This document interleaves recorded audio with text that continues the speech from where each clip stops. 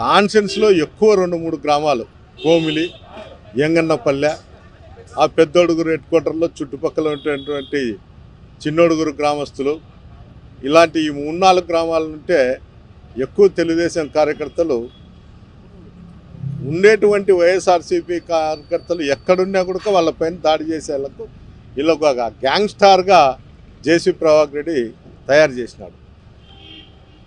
నిత్యం పోలీస్ అధికారుల ముందరే చెప్తాడు, మీరు కన్నా ఎవరి మీద అన్నీ దాడి జరిగితే దానికి నేను చూసుకుంటా, కానీ మీరు ఏమన్నా చేయండి అని. పోలీస్ అధికారులు కూడా ప్రేక్షపాత్ర పోషిస్తుంటారు.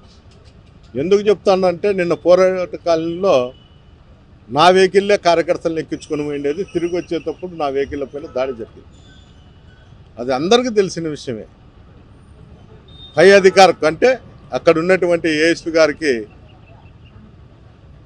కానీ, జిల్లా అధికారి ఎస్పీ గారికి కానీ, అక్కడ ఉండేటువంటి పోలీస్ అధికారులు ఎస్ఐ కావచ్చు, సిఐ కావచ్చు, వీళ్ళు తప్పుడు సమాచారం ఇస్తారు. అంటే వైఎస్ఆర్సీపీ నాయకులు తెలుగుదేశం కార్యకర్తలు పోతుంటే వాళ్ళను రెచ్చగొట్టే విధంగా మాట్లాడినారు, అందువల్ల వాళ్ళు వచ్చి కొట్టినారు.